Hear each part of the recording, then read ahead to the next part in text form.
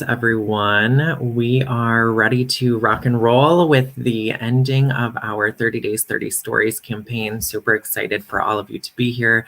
Super excited that we got to do this campaign in the first place. As you all know and have shared your stories, we at Lost and Found believe that storytelling is one of the biggest components of suicide prevention, and that is really why we are doing this campaign. I'm going to ask Erik to just share kind of the background and the rationale behind the campaign, and then I'll get us kicked off with the questions and some further storytelling. If you don't mind, Erik, I'll shoot over to you. Sounds good. Thanks, Joel. So really happy to be here this morning with you all on Facebook Live, and I'm really excited for us to have our 4 guests come online with us too.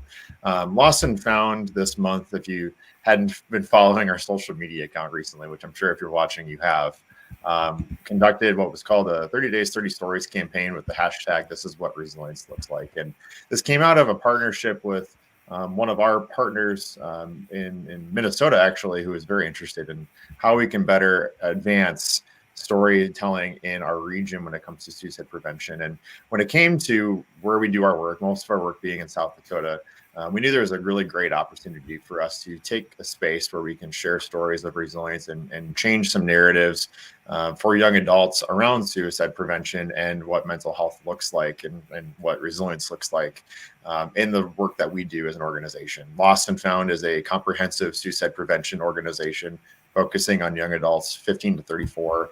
And we knew that there was an opportunity in South Dakota, especially to advance stories that would help people see that there is hope, that there is help, and that there are a lot of partners in this work in South Dakota who are able to make a difference. And so the campaign this month was a heavy lift for our team. I want to give a shout out to Joel here, of course, but also our team, not on the call right now, Courtney Young, Heidi Martilla-Lozier, and our staff who really went to bat with our partners, South Dakota Humanities Council and Storyteller Co., to advance the cause of suicide prevention, advance the need for storytelling in our community, and really make suicide prevention accessible to folks. And so that was really the point of the campaign, and I'm really excited that we're here today. This program was funded by the South Dakota Humanities Council, so we encourage you, anybody tuning in, anybody engaging with this, please fill out a brief survey for us today. You have a chance to win $50 in a downtown Sioux Falls gift cards. Really great to have their support and get to know the work that the South Dakota Humanities Council is doing. And also really thankful for the work that Storyteller Co. did with us as well.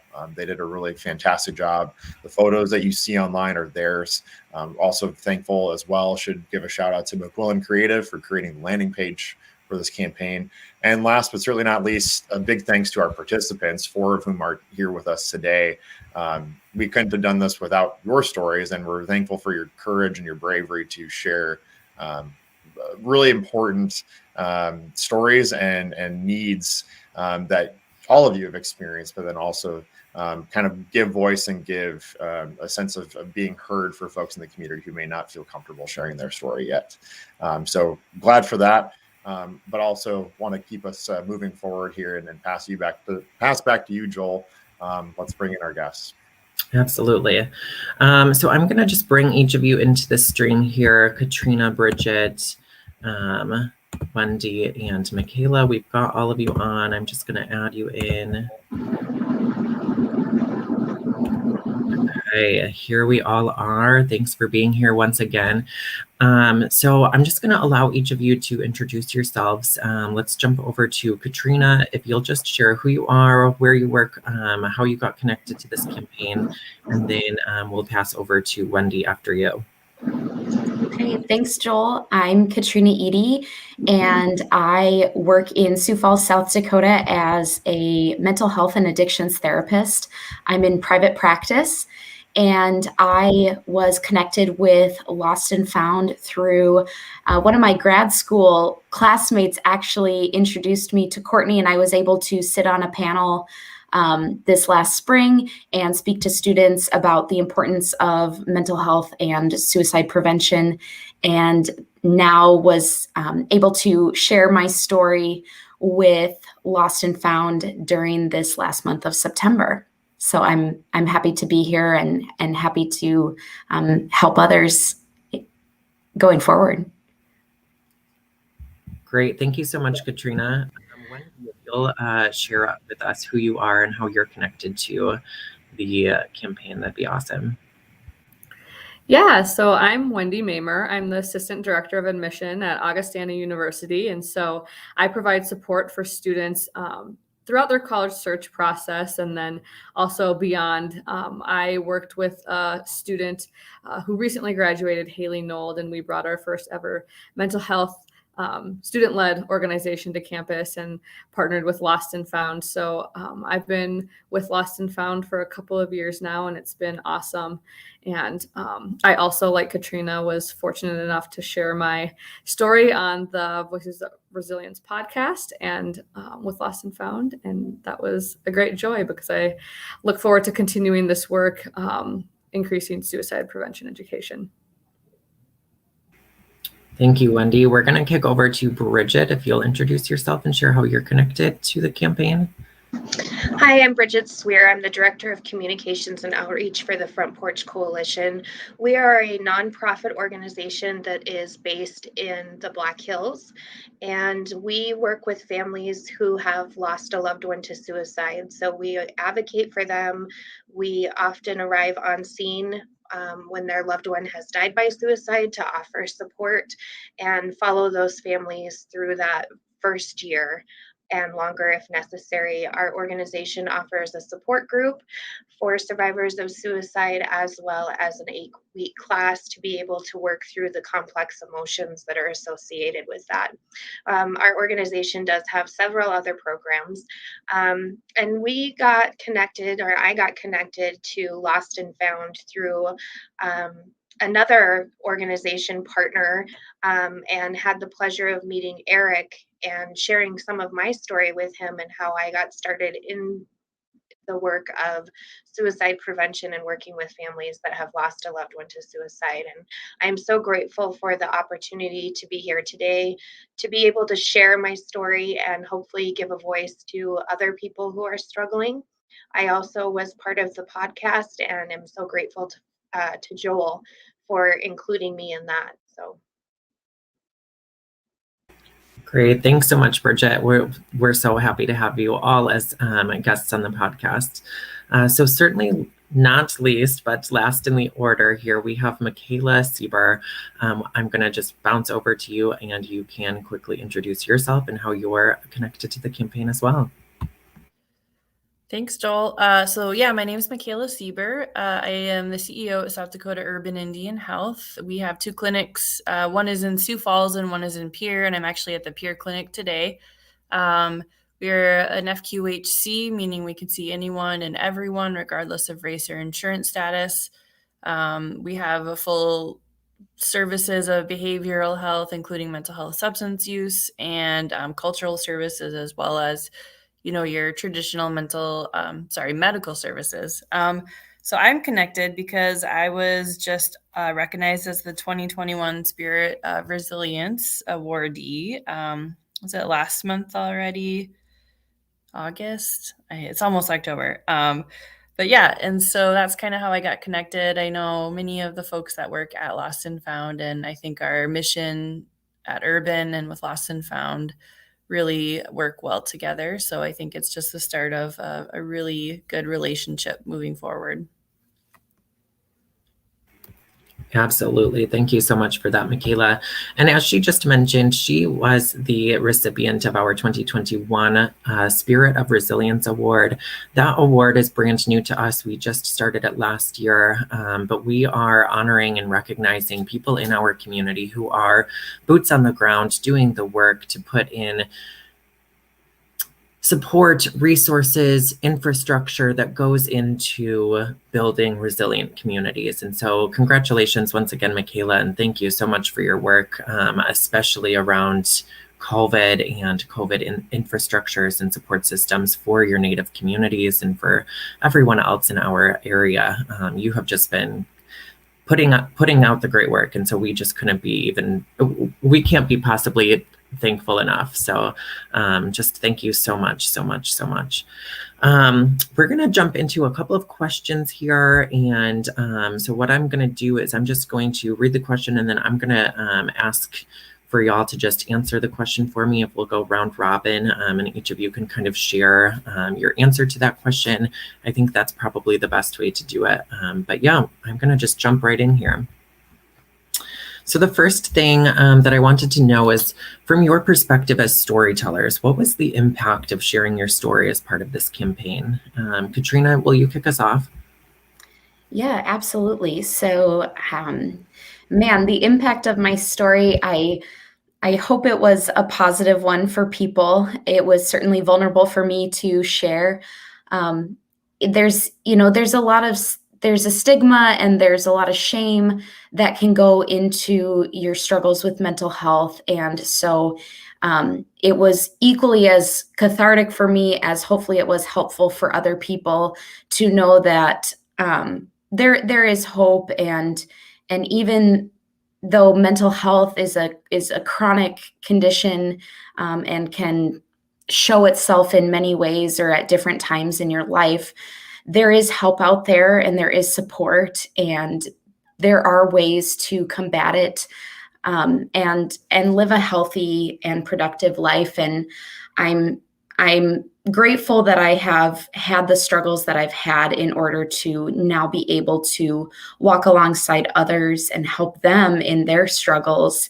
And it's given me a perspective, and it has helped me grow personally and professionally. And I was able to speak with many people after sharing my story, both on the social media and the podcast, and had many people reach out and say, I never knew this about you, and now I'd like to share my story with you. And I think it just opens the door and opens the dialogue for people to come forward and bring their stories to the light, so that it doesn't have to be so scary, or they don't have to live with it and feel like they're alone in it. So I was very grateful for the opportunity to share, and I will continue to share.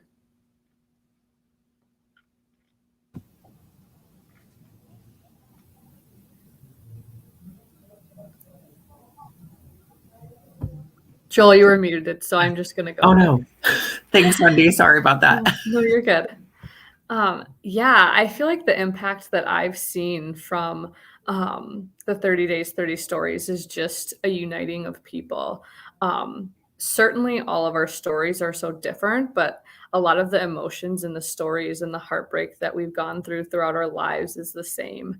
And it looks different for everybody, but that common pain that we inevitably will experience in life is kind of a tie between all of us as humans. And so I think by us sharing our stories, it's really put words to a lot of feelings that people don't necessarily know how to describe. And that's done a great job of making people feel less lonely. And loneliness is just such a common emotion that's really hard to talk about or put a word or a name to. And so that's the impact that I've seen so far, and that I've got the collective response of, is that people just don't feel as alone as they used to, because we're normalizing the conversation that life isn't always perfect. Wow, I couldn't have said it any better myself. Thanks, Wendy. Bridget, if you'll answer this question, that'd be awesome. Sure. I think that in sharing my story, it is cathartic, because one of the things that I still find challenging in my growth and continuing to work on that journey of healing is the vulnerability component. When you've been traumatized and when you've been struggling, survival kicks in and vulnerability kind of goes out the door. And so in being vulnerable, I also feel that it sets the example and the importance of people who might be struggling to take that risk. And what better way to model it than people that work in the mental health profession to share that vulnerability, and that we too have our struggles and are human. I also think that, you know, I strive through my story to hopefully break some of that shame and stigma that is attached with mental health, and to show that no one is untouchable from that.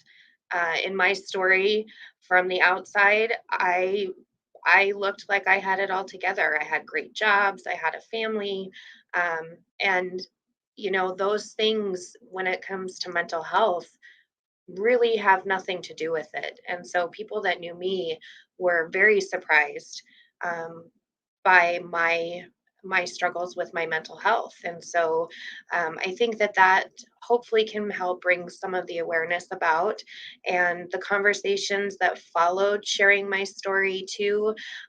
You know, people saying, wow, I really didn't know that you had that part of a time in your life, and it does open the door for some open, vulnerable, and candid discussions about people's struggles.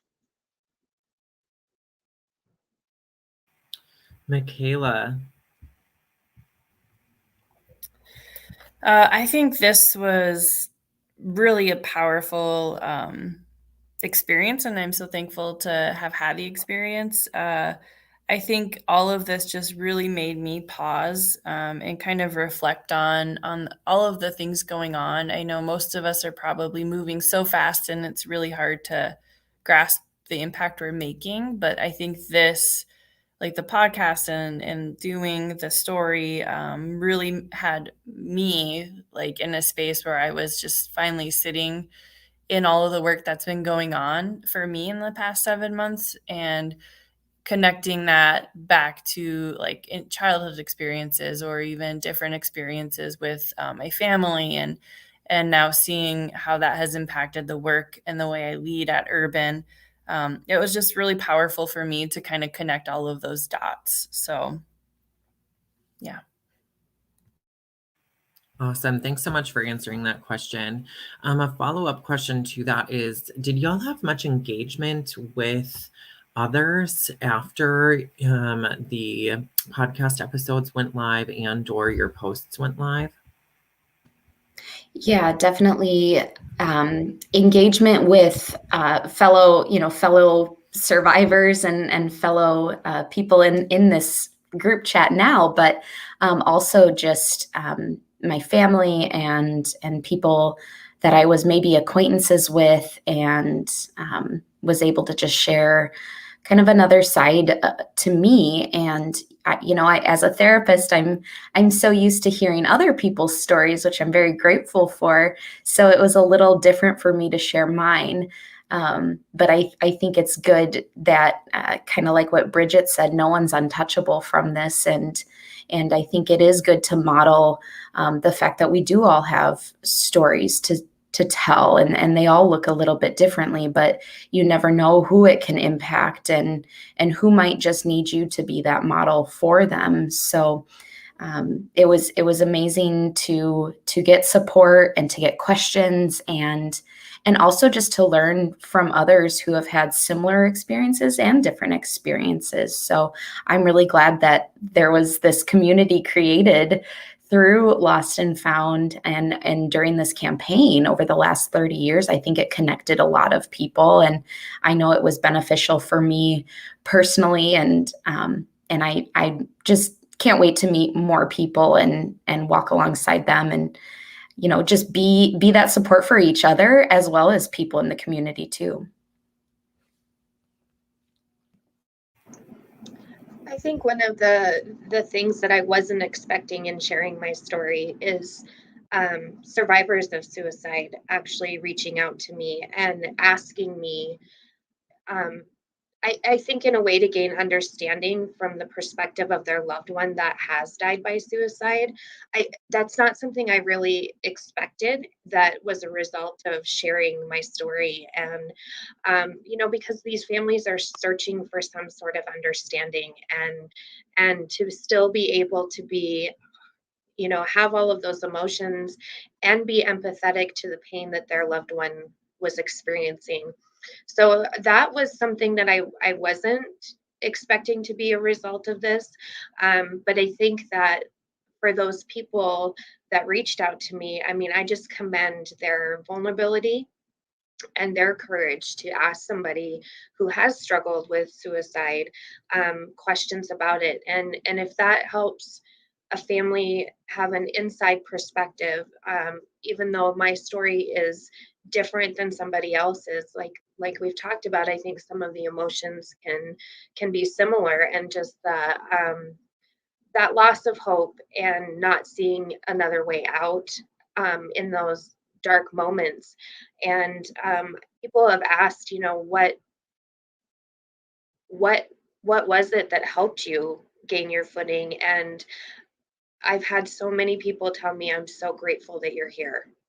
So that was a outcome that I guess I wasn't really prepared for, but I'm thankful for that opportunity as well.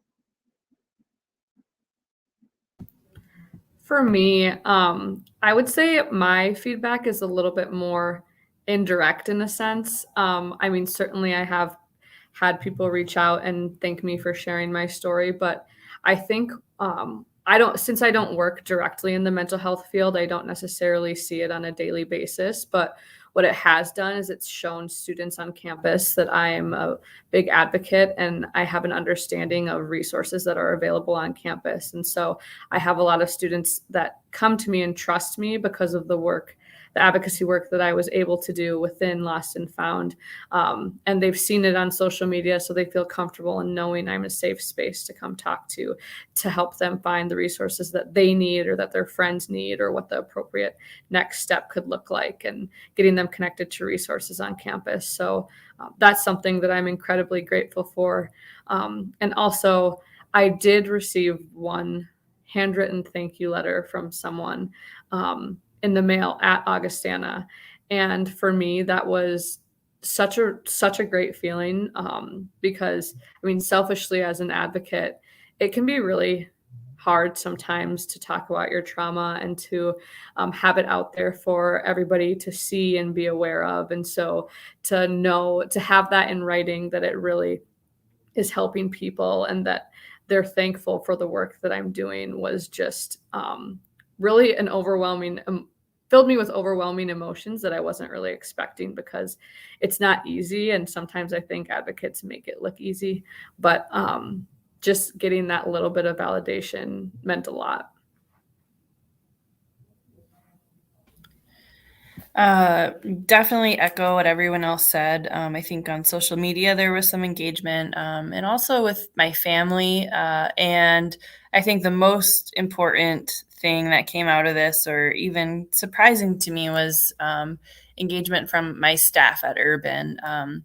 We work in a really unique space in Sioux Falls and Pierre, and the patients that we see, even if they're just coming in for a medical visit, there's always that aspect of mental health that we have to be prepared for. So we have case managers, our social workers, our therapists, like just down the hall, if we're having something that comes up during a medical visit, they can, run over and step in and try to help in real time that situation. So I think just that engagement with my staff and helping them see the impact of the work that we're doing and how we can, really put this right into direct action. And it's not going to take years for us to really make an impact in this way. So the engagement that I've received from my staff and the people we work with every day has been awesome. And I think for them to just know that I value mental health so much and will always put their mental health ahead of anything else, so that they can do a good job in caring for our relatives that come through our door. I think that really was one of the most powerful outcomes for me in sharing my story and doing this work.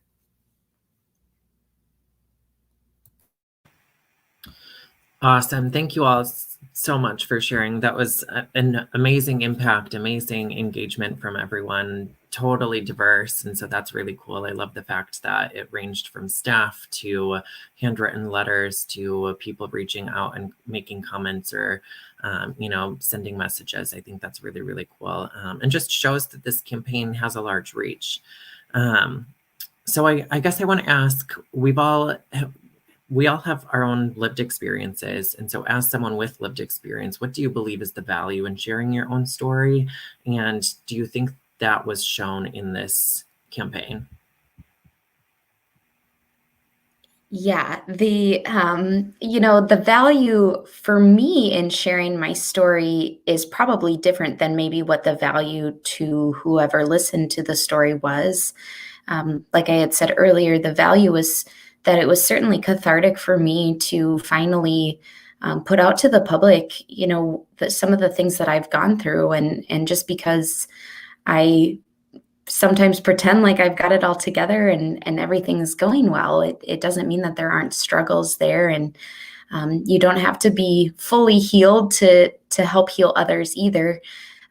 But I think the value in sharing story is just that it is relatable, and you never know who it's going to be relatable to, and it might be that one person that needs to hear my story to say, okay, these are some of the things that helped her.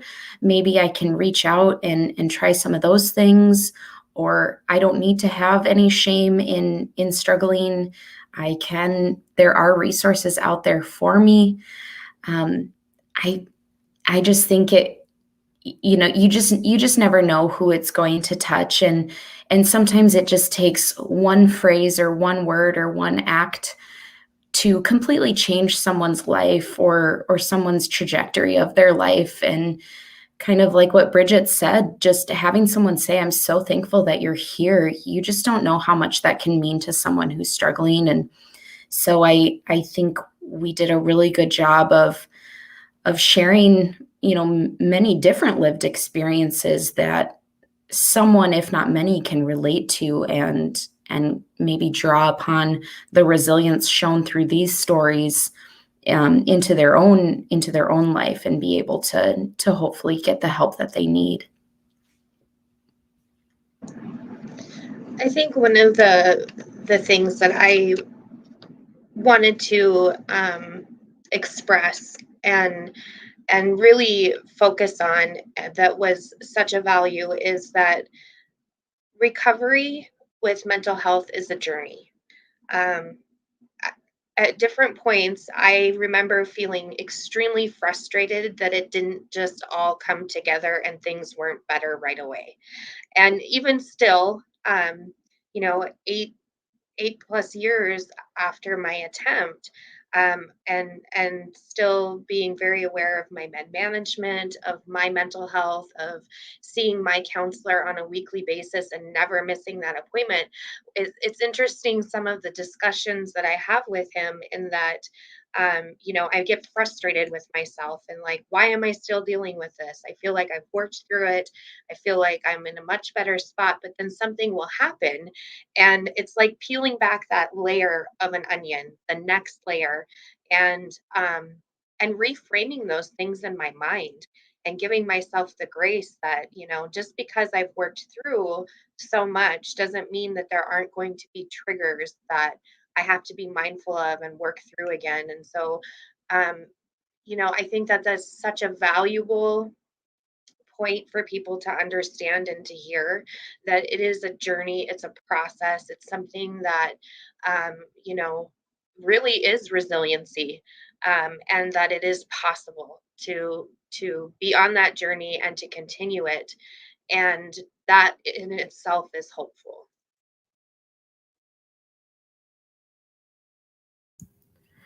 I think the podcast that we did together, Joel, really brought to light the systems and kind of different occupations that have greater suicide risk, and maybe some holes within the systems too that people weren't necessarily realizing, but they found really interesting and are now talking about.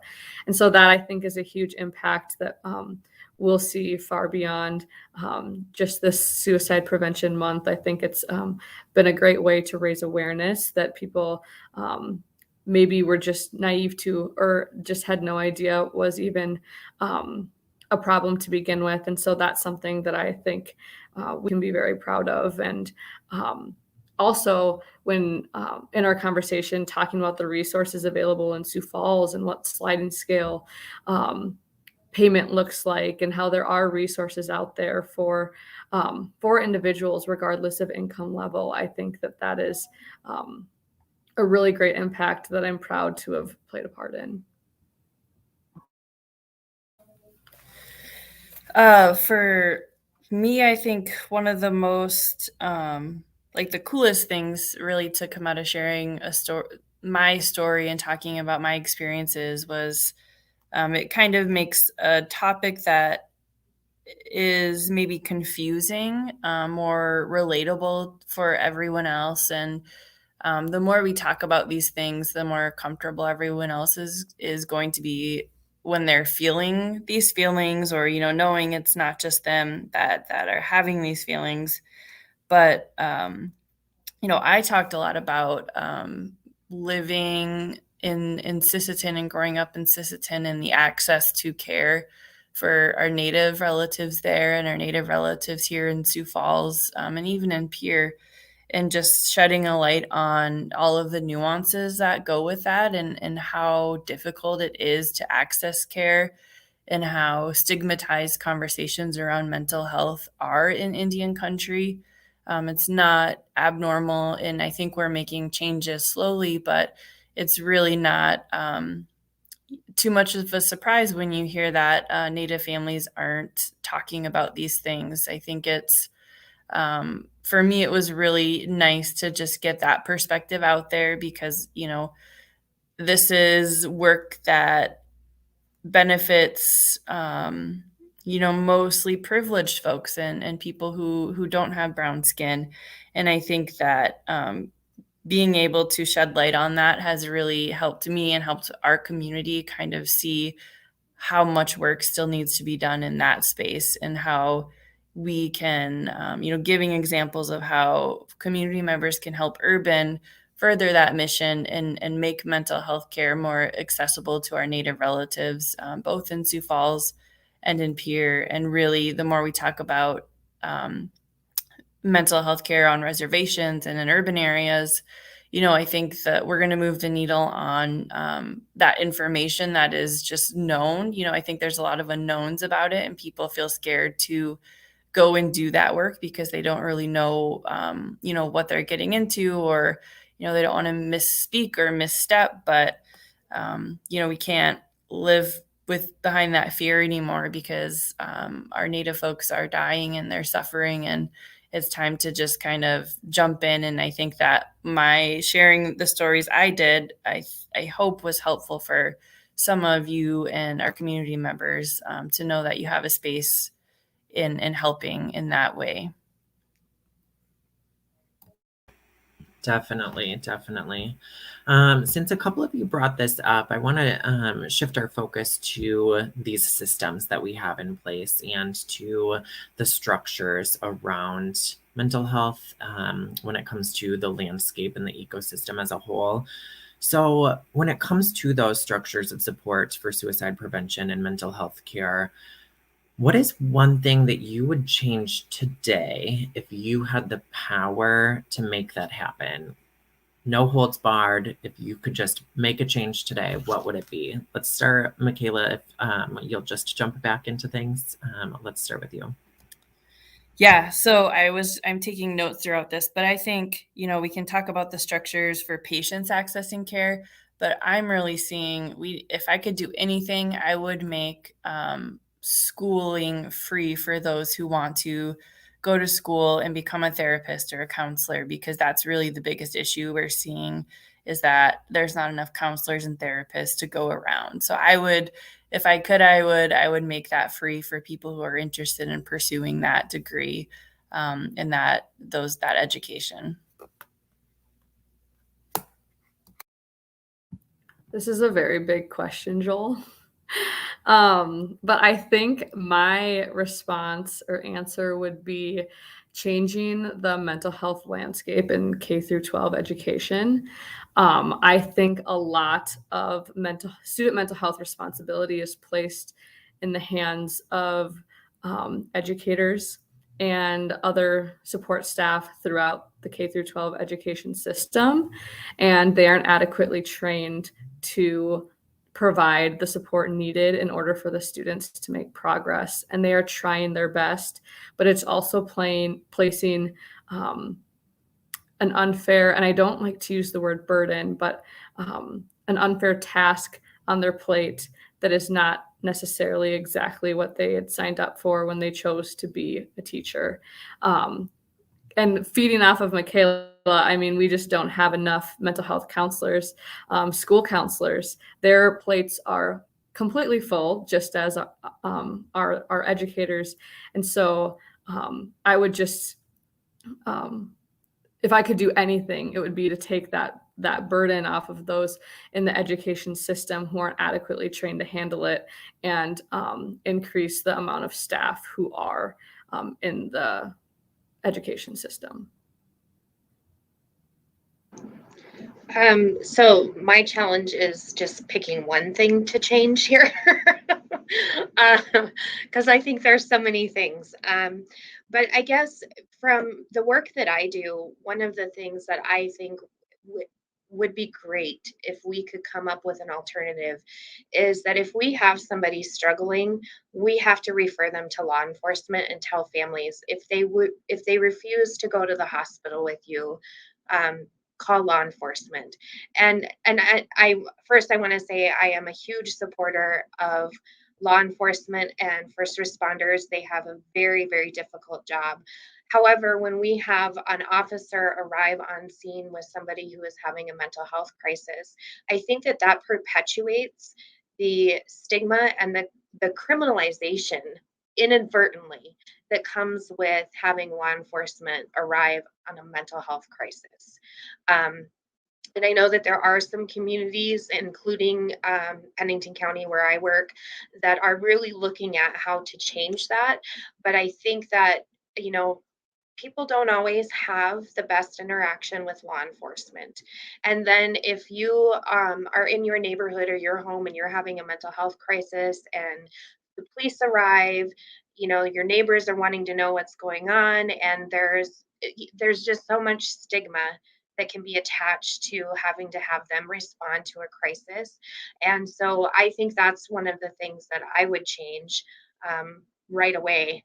And because then maybe more people are willing to reach out too and say, I'm not doing so well, I need somebody here now. But what a big question. And I'm sure that we all have so many solutions to offer.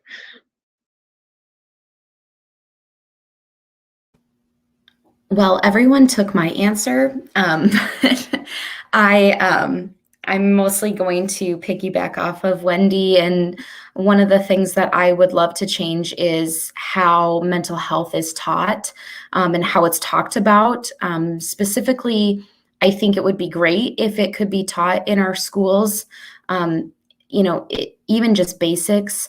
But I know our educators already serve in so many capacities. They're not just educators, they are parents, they are advocates, they are sometimes the counselor and the nurse and all of these other things. But I think if mental health could be taught as another subject in the classroom, I think that would help kids, adolescents better understand maybe some of the things that they're going through. And if they do see it within themselves or somebody that they know know what it is, and they're not afraid to speak up and say something. And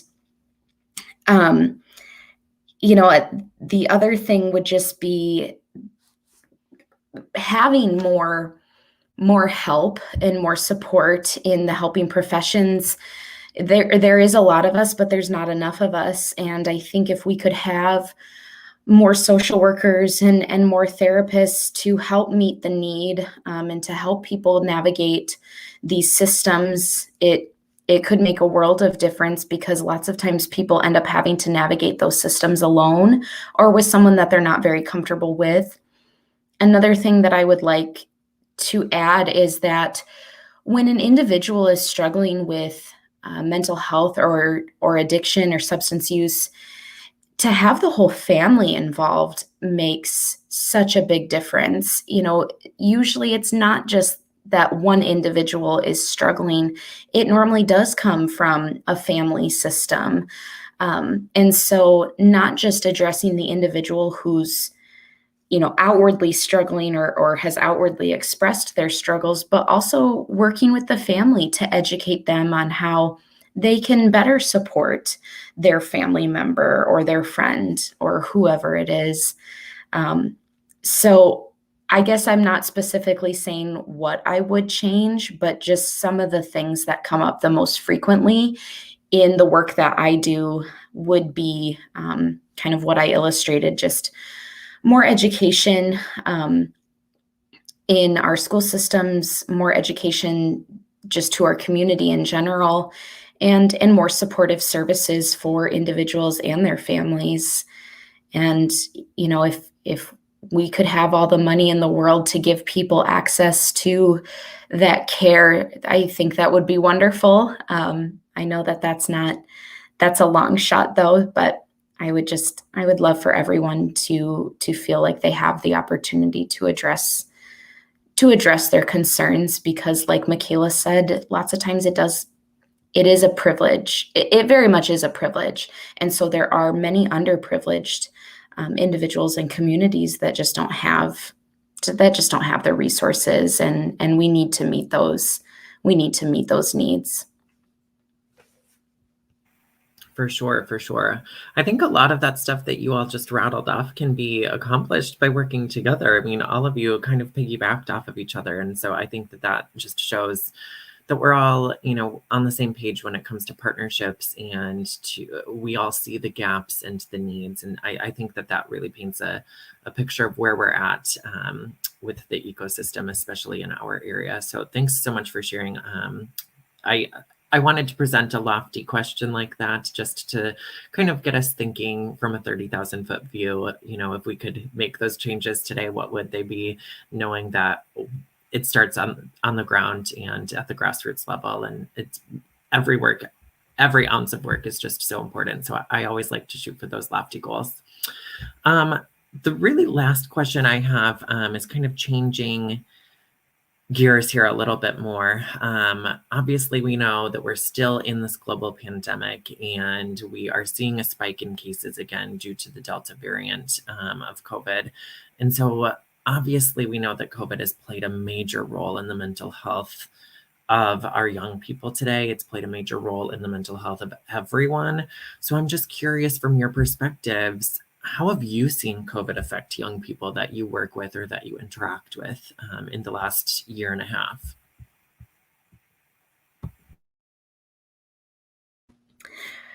Well, I have seen it. I've seen it kind of go both positively and certainly negatively. I think the biggest impact that it has had on our adolescents is that they had no choice but to adapt, and they had no choice but to make changes. And sometimes that really shows an individual's level of resilience is when their feet are to the fire. And some adolescents can adapt really well, and it's no big deal to them, and they just adjust accordingly. And for some, it is not that case at all. And in fact, it's very terrifying and it's very scary. And certainly the ones impacted negatively would be those that do not have support at home, or maybe a safe environment that they're living in. So when we're having to isolate to our homes and be educated from a computer or from our house, and there isn't that support there, that is such a lonely thing for kids. And we all felt lonely at times back then too, or even currently now. But for a child who doesn't really understand maybe the greater picture, that is very terrifying. And I think that a lot of people did lose some hope, and and maybe just didn't have the help that they needed during that time. And I know I definitely called upon friends and family more so than I ever had before, just to stay connected and feel supported and feel heard, and just have a listening ear. And for some people that wasn't possible, and that is really scary. So I think that our adolescents did a wonderful job of showing us what resilience really does look like, and the ability to adapt and remain optimistic. But my heart definitely feels for those individuals that didn't have the support in order to shift accordingly. And I think that the pandemic, definitely forced some people to reach out for help, which was great. But it definitely is a concern too, that there is such a need for all of this additional mental health help. And so I'm happy I'm able to provide that, but I know that there are a lot of people slipping through the cracks, and there are a lot of people that don't reach out for help, or maybe don't have the access to that help. Whenever I talk about the pandemic related to mental health, I always think it's so important to point out that the pandemic didn't create the mental health crisis, it just exacerbated it. And so I've seen a couple of different trends, I feel like, within the students that I work with. So I had a student write about their Augustana experience a couple of days ago, and I was really interested when reading their response, because they talked about how it was almost like everyone suddenly became a little bit kinder. And when in a situation where you weren't wearing a mask, they would smile at you more, just because everyone collectively knew that everyone else was struggling. And so that was a very interesting response. But I almost felt, I felt that too, certainly on campus, that it was definitely, we've always had a strong community here, but even stronger than it had been in the past. And so I thought that that was something positive to come out of the pandemic. But also, I've also seen the social batteries in a lot of students become depleted, and just not what they used to be. I mean, the interaction when you're isolated and social distancing and not around people the way that we used to be, it's kind of exhausting to do the things that we used to do. And so just seeing a change in the lifestyles that we used to live, and adapting to the circumstances that the pandemic has put us in, I think we'll feel that change for quite a while moving forward. I think I'm going to piggyback off of that. That, experts in the field of suicide and suicide prevention say that typically during like a natural disaster or a crisis or a pandemic, that the community really comes together initially, and that extra kindness is evident and is really great for the community. But what they have found is, as that kind of weans off, there will be an increase in people that struggle with mental health or suicide. And so they actually say that, around 2 years out is when things kind of get into, the fire behind it all. And so I think that as mental health providers and those that work in mental health, we're just seeing the tip of the iceberg when it comes to that. And another thing that I think of too is, our first responders, especially the young ones that are just starting out a career or in the field. It's already, it's trauma work. It is already trauma work. And then you're trying to navigate in a pandemic and the stressors that they are dealing with, having patients die, the shortage of staff. I have concerns for our first responders. That is that's a demographic that has a high risk for suicide that isn't often talked about. And so making sure that we are checking in with our first responders, our nurses, our doctors, people that are responding to calls, and emergency room staff, and saying, like, how are you doing? How is your mental health? So I am concerned for that demographic as well as just everyone in general.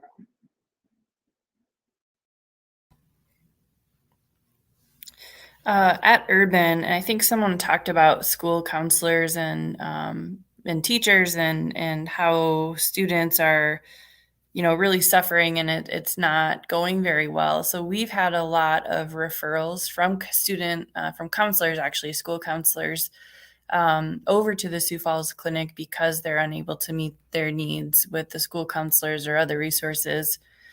So that has been continually increasing over the last 7-8 months. And we unfortunately don't have all of the resources to meet those needs right now. So we're hopefully going to be hiring another counselor dedicated to our youth and adolescents. But we're seeing that even in our medical patients or some of our youth and adolescents who are coming over for cultural programming. They're more stressed. They're feeling more stressed. Some traumas are coming back out, or new traumas are coming to light. And what's really good, though, is that they're looking for help, and they're asking those adults around them, for support, and then they're being referred over to us, which right now we can't. We're kind of stuck in a hard spot with trying to help them, but that I think is going to continue to be something that we see and that we all need to be prepared for, is thinking about how we're going to handle the influx of needs from our kids in the communities and our young adults, and what resources we know about to really help them, and how we can help them break down the barriers that are preventing them from getting the care that they need. Incredible answers, y'all. Like I said, we're coming out of this pandemic sort of, kind of ish. I don't really know. It's going to be long lasting, I think. But with that is going to be the impacts. And so I think it's important that we talk about it. And so I just wanted to pick your brains a little bit, because we've all been impacted by it and we've all seen some differences. So I was just curious about that. So just for sake of time, we're going to wrap things up here. But as we do wrap up this campaign of ours, the 30 Days, 30 Stories, we really wanted to focus on resilience and what resilience looks like. So we're going to be posting our last story today for the 30th day of the month. And we have our 4 podcasts. Obviously, each of you were guests. And so we've got the 4 podcast episodes live. So you can subscribe, rate, review to Great Minds with Lost and Found, wherever you find your podcasts. You can find our stories at 30stories.resilience.today or resilienttoday.org, and obviously connect with us at Lost and Found.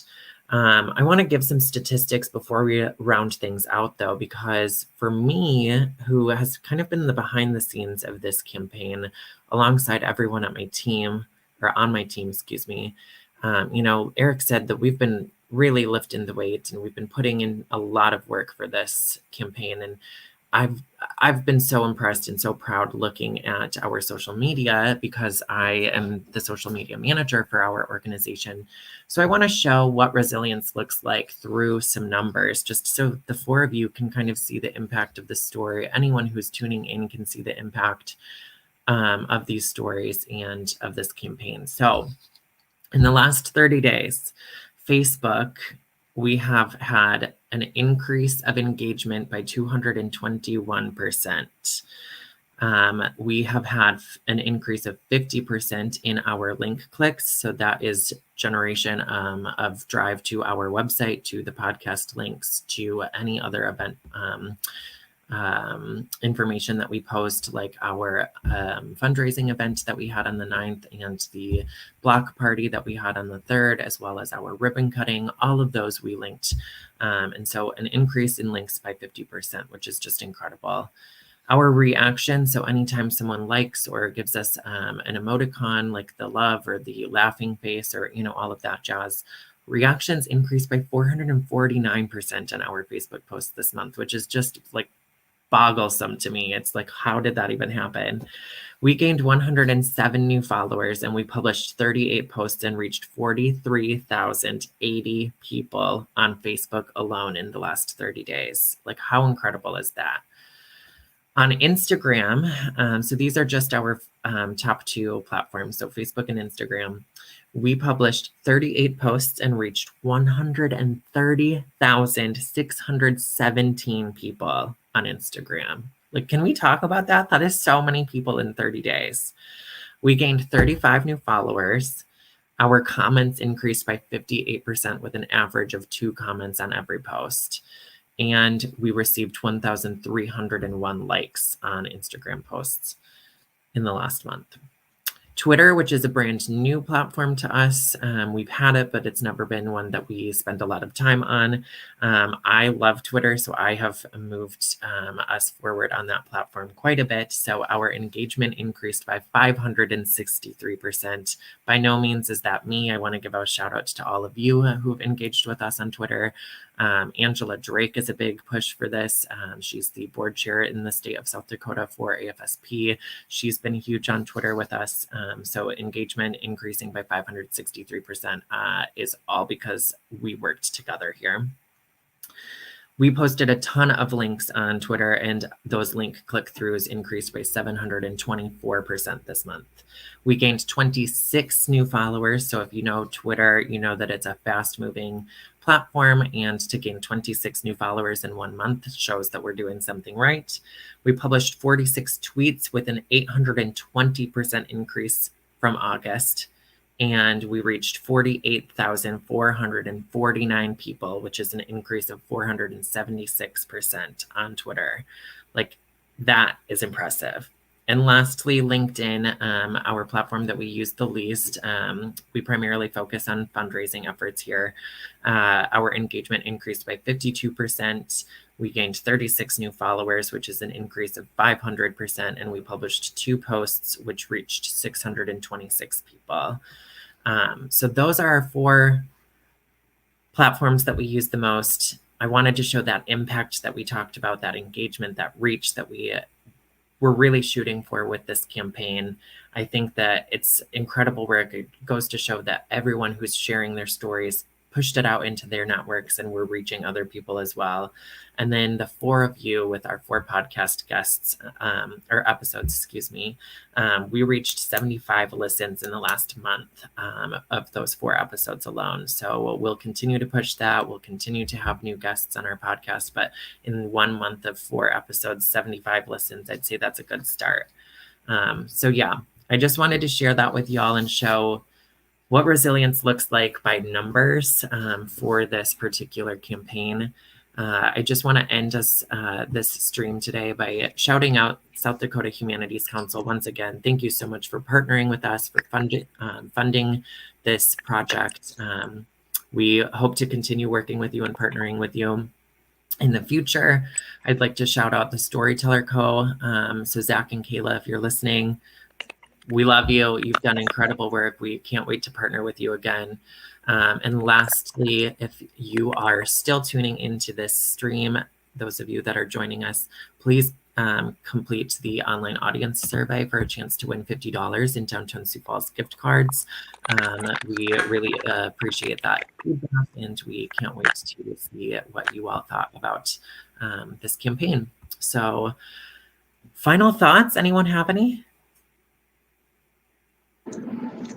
Joel, thank you for sharing that with us. That left a lump in my throat, actually, and I've been having to fight back tears. That's incredible. Great work to you guys. And I think sometimes in doing this work, you're in the trenches and you just keep going. And sometimes it takes us to have a step back, and for somebody like you guys to tell us how far reaching the impact of sharing is man, that's powerful. That was really powerful for me. because I think sometimes I question even still. I know I'm doing good work, but it's like, okay, am I doing enough? Am I reaching enough people? And there's days I go home feeling defeated. And so that was incredible for me to hear. Thank you so much for sharing that. Yeah, absolutely, Bridget. Any other final thoughts before we close things out today?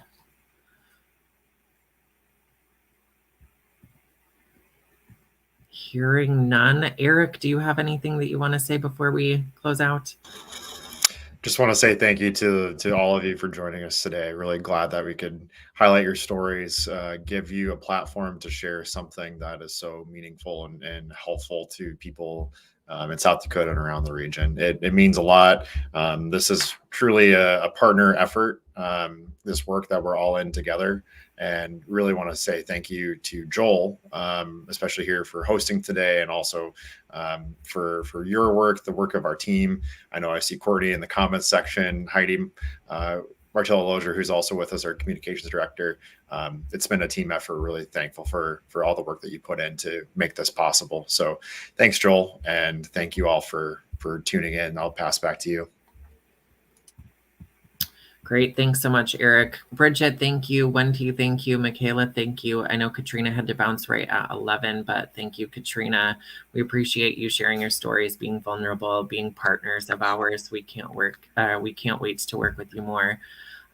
Just thank you so much. To those tuning in, thank you for supporting us from afar. Thanks for interacting with us and engaging with us online. Thanks for sharing your stories. Thanks for listening and just seeing where we can go together as a community from here. I think that, like I said, we've got lots of work to do. You all know that, but I think talking about it is what leads us into the next step of action. So thank you all so much, and we will catch you around soon.